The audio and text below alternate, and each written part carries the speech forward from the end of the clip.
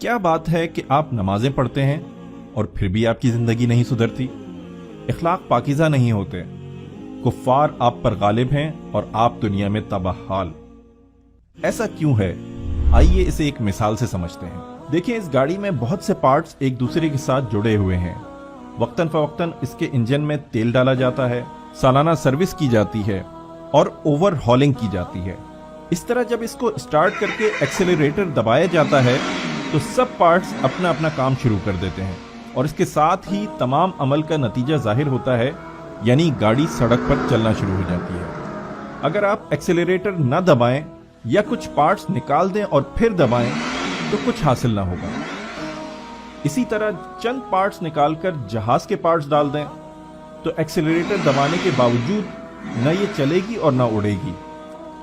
پھر اگر آپ اس میں سارے پارٹس رہنے بھی دیں مگر وہ بیلٹس کے ذریعے ایک دوسرے کے ساتھ کسے ہوئے نہ ہوں تب بھی ایکسیلریٹر دبانے کے باوجود یہ نہ چلے گی۔ ان سب صورتوں میں اگرچہ گاڑی کا وجود اور ایکسیلریٹر دبانے کا عمل بیکار ہے، مگر دور سے دیکھنے والا یہ نہیں کہہ سکتا کہ یہ گاڑی نہیں ہے اور اس کو ایکسیلریٹ نہیں کیا جا رہا۔ وہ تو یہی خیال کرے گا کہ یہ گاڑی ہے، لہٰذا اس کو اپنا مقصد حاصل کرنا چاہیے، یعنی سڑک پر چلنا چاہیے۔ اسلام کو اسی گاڑی پر قیاس کر لیجئے۔ جس طرح گاڑی کا مقصد چلنا ہے، اسی طرح اسلام کا مقصد یہ ہے کہ زمین پر آپ خدا کے خلیفہ، خلق پر خدا کے گواہ اور پوری دنیا میں دعوت حق کے علمبردار بن کر رہیں۔ اس مقصد کو پورا کرنے کے لیے اسلام میں وہ پارٹس جمع کیے گئے ہیں جو اس غرض کے لیے ضروری اور مناسب ہیں۔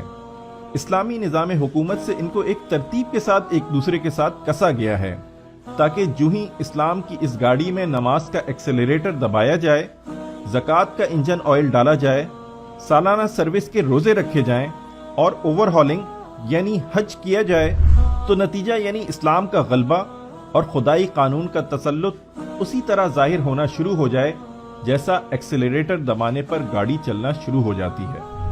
اب غور کیجئے، ایکسیلریٹر دبانا، سروس کرنا، تیل دینا اور اوور ہالنگ تبھی مفید ہو سکتا ہے جب اس فریم میں اس گاڑی کے سارے پارٹس ہوں اور اسی گاڑی ہی کے ہوں اور ویسے ہی کسے ہوئے ہوں جیسا کارساز کمپنی نے انہیں جوڑا تھا۔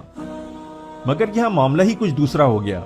اسلامی نظام حکومت ہی نہ رہا جس سے یہ پارٹس کسے رہیں، بس بیلٹس ڈھیلی ہو گئیں، ہر پارٹ بکھر گیا۔ پھر گاڑی کے بہت سے پارٹس نکال ڈالے گئے، ان کی جگہ اپنی اپنی پسند سے جس دوسری مشین کا پارٹ چاہا فٹ کر لیا گیا۔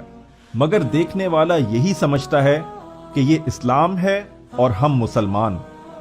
بس جب اسلام کی اس گاڑی کو ایکسیلریٹ کریں تو نتیجہ حاصل ہونا چاہیے، مگر اسے کیا خبر اس ظاہری فریم کے اندر کیا کچھ کارستانیاں کی گئی ہیں۔ یہ ہے وہ سبب کہ ہماری عبادتیں بے اثر ہو گئیں، اور یہ یوں ہی بے اثر رہیں گی جب تک ہم اسلام کی اس گاڑی کے اصل پارٹس ویسے ہی کس کر نہیں جوڑ دیتے جیسے گاڑی بنانے والی کمپنی نے کبھی انہیں جوڑا تھا۔